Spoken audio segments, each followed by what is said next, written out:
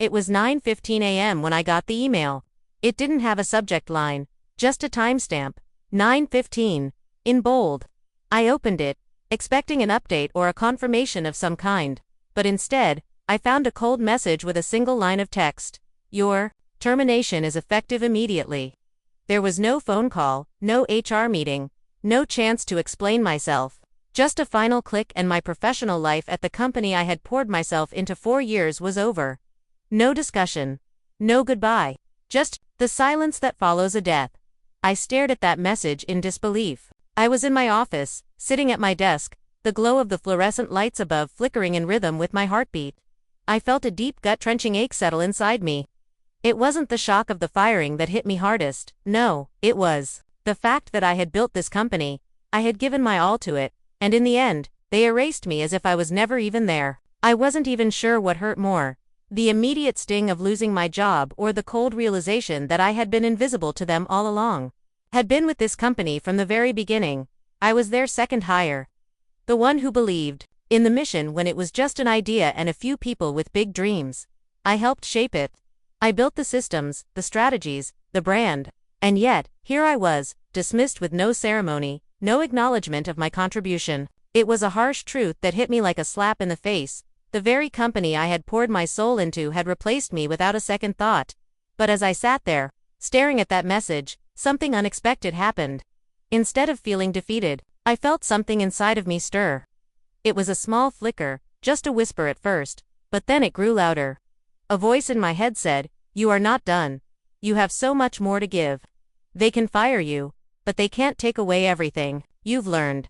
They can't take away the knowledge, the skills, the fire that's inside you. If anything, this is the beginning of something new." I didn't scream. I didn't cry either. I just sat there, motionless, for what felt like hours, staring at that cold, impersonal message. My mind was racing, but I stayed still. The world felt silent around me, and I felt like I was on the edge of something huge. I got up, walked out of my office, and left the building. As I stepped into the parking lot, I could hear the sound of my shoes hitting the concrete, echoing in the empty space. I walked to my car and got in. I didn't know where I was going. I didn't know what I was going to do next. But as I started the engine, something shifted. I wasn't going to let this define me. I wasn't going to let their decision, their cold dismissal, be the end of my story. I had worked too hard, fought too many battles, and overcome too many challenges to just let this be it. The next morning, I woke up early. The familiar hum of my alarm clock vibrating in the silence of my bedroom. I sat up, stretched, and stared out the window. The sun was just beginning to rise, casting a soft golden light across the city. For the first time in what felt like ages, I felt a strange sense of peace settle over me. I didn't feel like the world was closing in on me anymore. In fact, I felt something else, a new kind of clarity.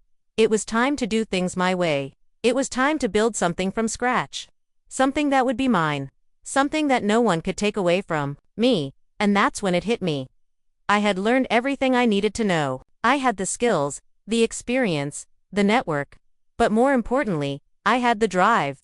The fire that burned in my chest wasn't going to die just because they had turned off the lights in their building. I wasn't done. I was just getting started. I didn't waste time. I called a few of my closest friends, people I trusted, people who had always been there for me. I told them what had happened, but I didn't dwell on the past. I told them what I was going to do next. I told them I was going to launch my own brand, my own company. I wasn't going to just create another business. I was going to create something that mattered. Something that would change the game. Within hours, I had secured a small office space, nothing flashy. Just a simple, functional place where I could focus and get to work. I didn't need much to get started. I knew exactly what I was going to build. I had been in the industry long enough to know the gaps, the pain points, the opportunities that others hadn't seen. And I knew how to make them happen. I spent the next few weeks immersed in work, working day and night, building my brand from the ground up. I didn't have a team at first. It was just me, my laptop, and the knowledge I had gained over the years. But soon enough, the calls started coming in. People who had seen what I had done in the past reached out. Investors, advisors, potential partners, they all wanted to be part of what I was building, and then it happened. Less than a year after I had been fired, my brand was launched. But it wasn't just any brand. This was a billion-dollar brand. I had taken what was left of me, my passion, my knowledge, and my vision, and turned it into something extraordinary. I was no longer just a part of someone else's dream. I was the creator, the visionary, the one who controlled my own destiny. The first few months were tough. There were times when I felt like I had made the wrong choice, when I doubted myself and questioned whether I could really pull this off. But every time that voice crept in, I reminded myself of why I was doing this. I wasn't building this business for the money, the recognition, or the fame. I was building it for me. I was building it to prove that I wasn't just a cog in someone else's machine.